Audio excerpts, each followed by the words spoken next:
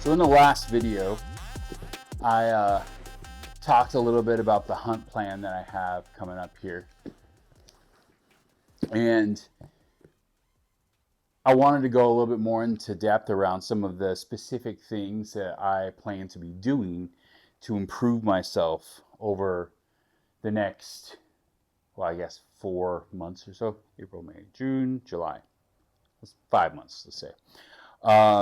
And some of the goals that I have coming up. This is from EXO for the Experience Challenge. I'm going to open this while we talk. So here's exactly what I plan to do different this year. Physically, mentally, some gear changes and skills. And will that translate to an elk? I don't know, but I'm gonna sure try. So the first one, and I think I mentioned this last time, the first thing I identified was animal behavior and hunting knowledge.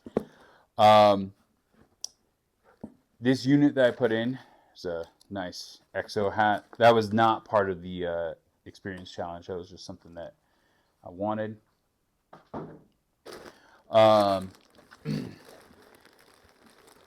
As part of this challenge, we had to pick a hunt. I mentioned that this is a hunt that is going to be new to me. It's going to be in a new area. It's going to be permitted hunt. The first time I've done something that's a permit versus just general hunting area. And so I do have a friend that has hunted there before. Very cool. I don't actually wear a lot of these type of shirts, but just shirts with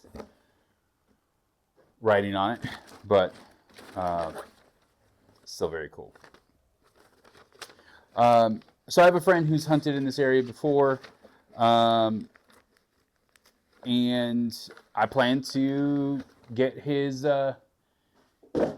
input to hear maybe some tips and tricks of just kind of behavior in this unit. So Experience Challenge. And find your limits, take another step. That is appropriate for this challenge so far, particularly for this April's challenge. I want to spend more time in the field. My goal is to get 2 scouting trips out there. One might be around family camping trip as well. Planning 2 bear hunts.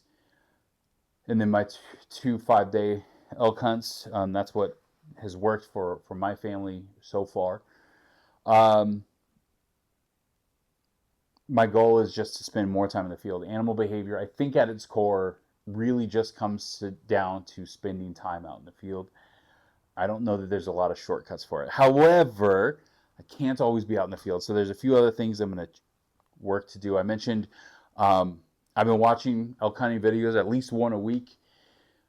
I'm just trying to pick up little things, I don't want to call them tips and tricks, but little nuggets of information here and there, things to keep in my mind,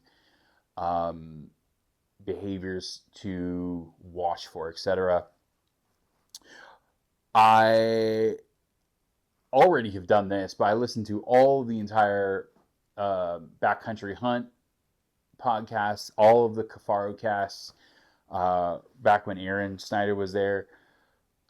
Again, with this goal of learning more behavior. I don't think any of these things will necessarily, none of them just give you, or I don't think any of them are as valuable as time in the field. That's just 100%. However, outside of time in the field, what are some things that I can be doing? Those are included. I've also signed up for the Greylight Hunter app. That one's more focused on mule deer, but I think that there's definitely carryover between the species. He's also definitely more in the southern states. Again, I think that there's still carryover, and it's something I plan on consuming in lieu, or in lieu of being out in the field. I do think that this specific terrain will be more glassable. And so my goal will be, it's definitely going to have probably more private as well, based off of what I know. Um, so a combination of glassing more, ambushing and patterning the animals off of private and transitions, um, is probably something that I will expect to leverage. We'll see. Obviously, we got to be flexible once we're in the field and once we're seeing patterns. What's something that's been holding me back? Fitness prep. Like, that has been a big thing. Fitness has been, as I mentioned in the last episode as well, um, it has been this cyclical thing where hunting has driven my fitness, which has driven better hunting. Uh, and this year is no different. My goal is to enter the woods at 220.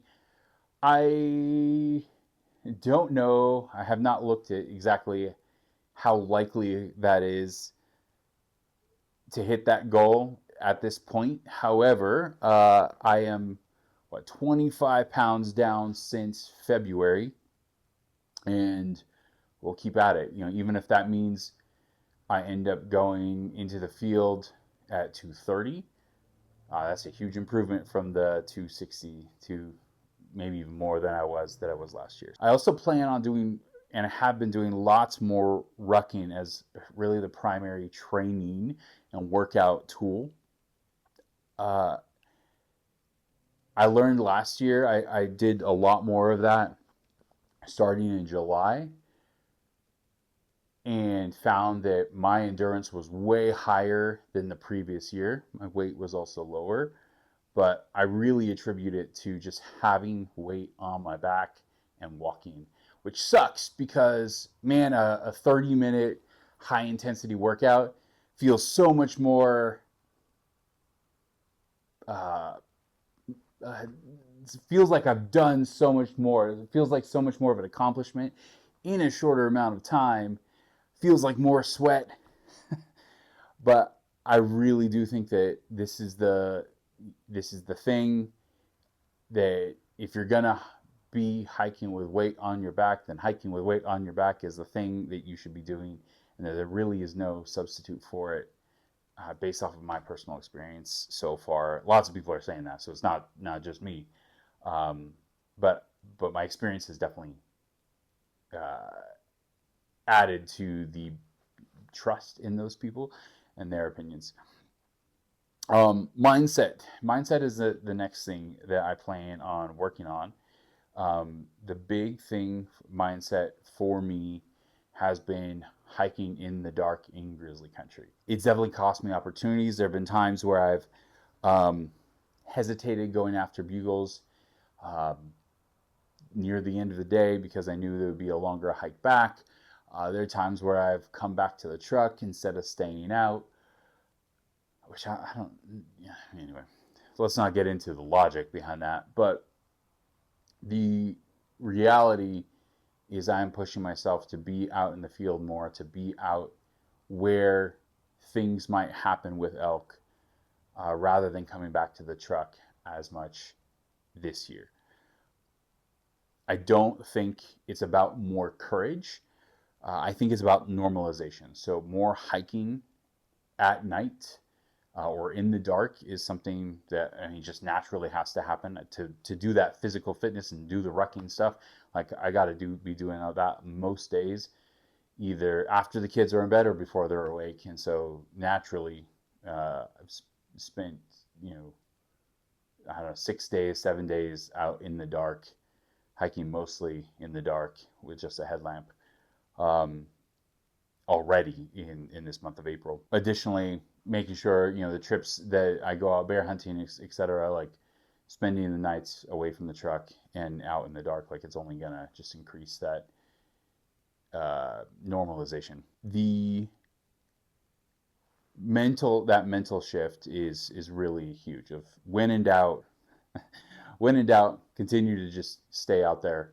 The more you're amongst animals, further away from roads, further away from trucks, I think the more better. The better things are going to be, the more opportunity you're placing yourself uh, into potentially have falling in your lap, essentially. Backpacking skills. Some things that I needed to change. Um, so there's backpacking skills, and I guess to some extent gear changes or food changes, etc. Um, Water. I'm moving it over to MSR Aqua Tabs. Um, there's nothing wrong. I have a Steri pen. I've done that. I've done the Sawyer filter. That thing is slow. Um, I like the idea of it, but if it just didn't take so long. Uh, and then also the constant doubt of whether or not that potentially is frozen. I like, there's just, I know I can throw it in my bag and it shouldn't, but like it's still there. So then you go back to the Steri pen. Steri pen's fine. It works. But, like the speed of the Aqua Tabs has me intrigued. I used it actually last year, and the taste is better than a lot of times the taste that you get out of those springs. Sometimes not, but there have been some nasty stuff that I've gotten into, and at least the Aqua Tabs kind of make that feel fresh. So uh, that's kind of what I'll be moving to for this spring hunt. Test it out, and then if it really is terrible, I can always move back to the Steri pen. But just the ease with the confidence in the Aqua Tabs is kind of what has led me down that route. Navigation. I One of the commitments that I made coming out of the mountains last year was that I'm going to learn how to use a map and compass. I had a little bit of a scare where I thought I left a charging cable um, at a stop that I had made for breakfast, and by the time I got to where I was for dinner, I was like, I couldn't find the cable.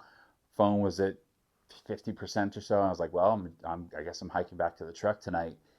I ended up finding it before I had to do that. I ended up staying out and camping out there that night. But I realized one, I want to reduce the cable necessity that I have. So um, I moved to a a magnetic battery bank, which I know you lose some energy on those, but I think this the no muss no fuss type situation is probably a bigger con than the energy loss that you might have. However, even still, I want to have that confidence that if need be, I can navigate back to the truck. And so having some paper maps of the areas that I'm going to be in or plan to be in, um, and knowing how to use a compass to get back to that is something I plan on doing. My goal is through this month to have all of that set up. I have a compass on the way, and to be practicing here and there on certain trips scouting, um, maybe a little bit through bear hunting and such, but definitely an improvement area just to have that knowledge and have that backstop. Um, Sleep. Last year, I used a large dry sack as a pillow. I, due to weight and just I'm a side sleeper and all that stuff, the distance between my like head and shoulder is bigger than any other pillow I have found out there. No matter how much I stuff anything, it just never worked. I plan on bringing. Ooh, touch the mic there. Sorry. Plan on bringing this bushcraft hoodie, a puffy, and then normal sleeping clothes. And so between that should be enough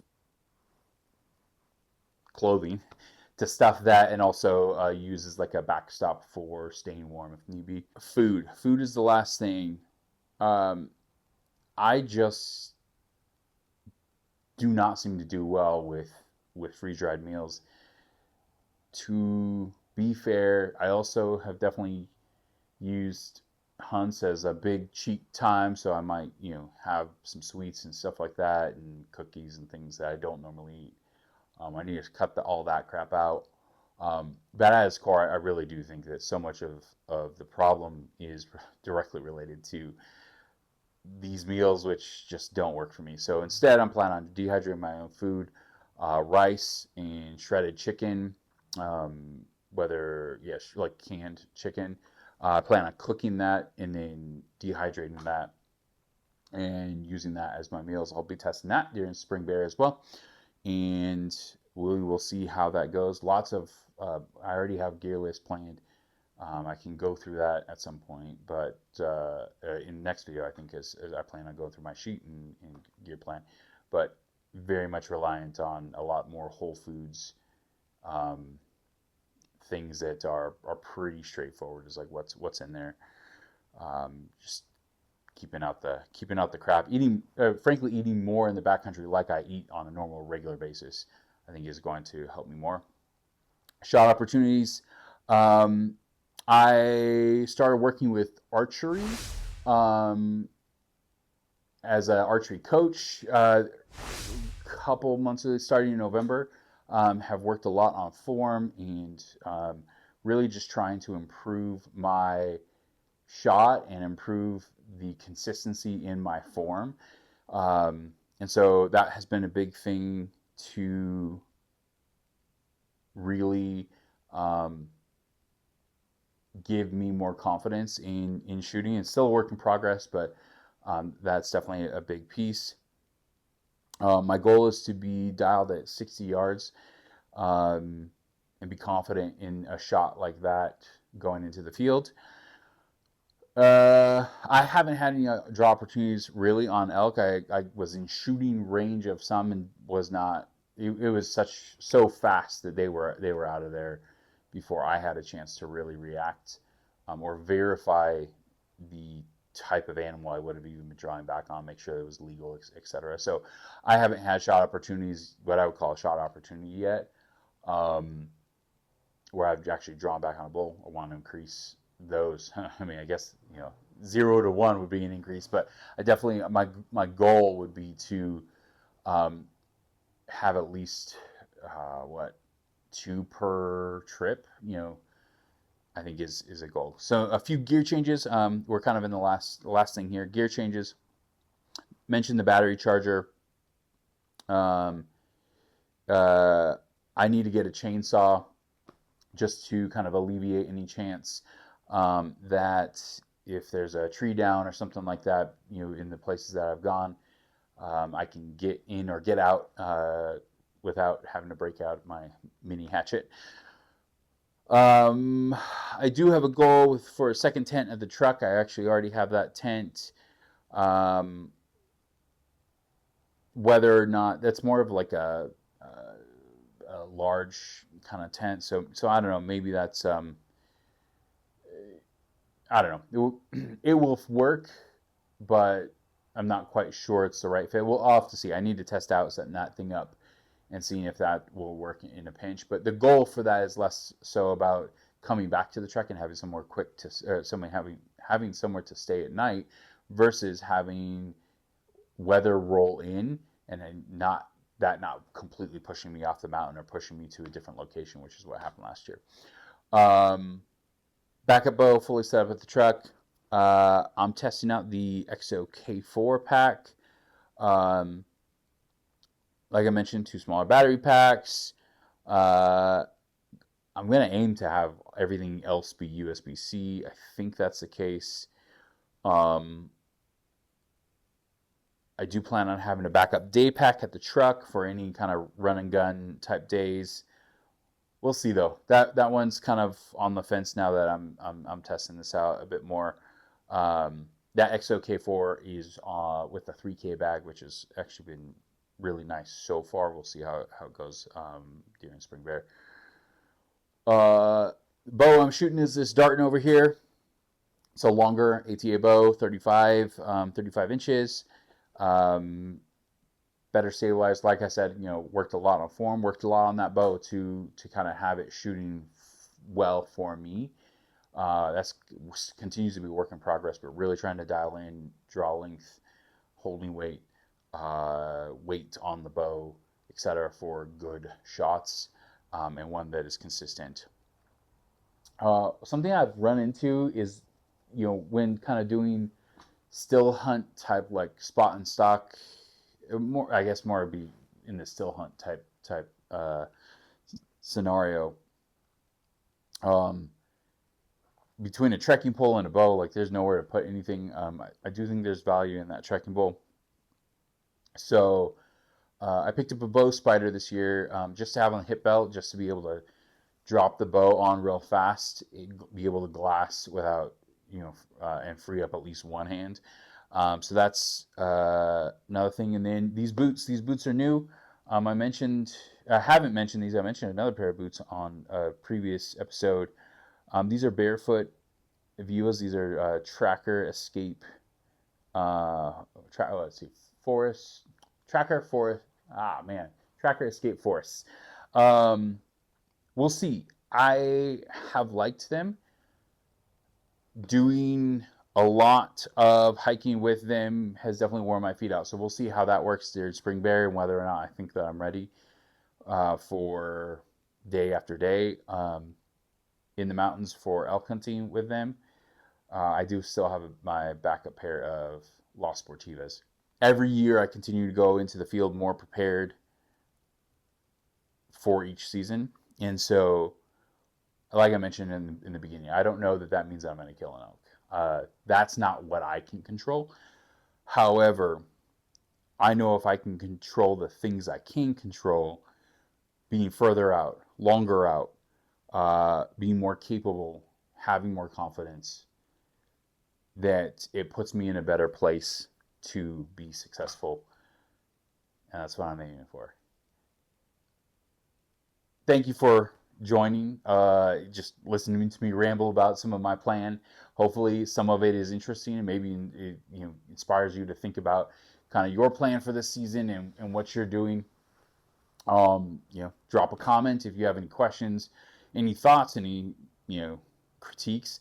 Man, if you know, or if you have found anything outside of just being out in the woods for learning animal behavior, I want to know that. Please put that in the comments. Otherwise, like and subscribe and do all the things. It is cool to know that people have some little interest in me blathering on around kind of what I'm trying to do, what I'm trying to learn, and how I'm trying to make myself better. Have a good one. Catch you next time.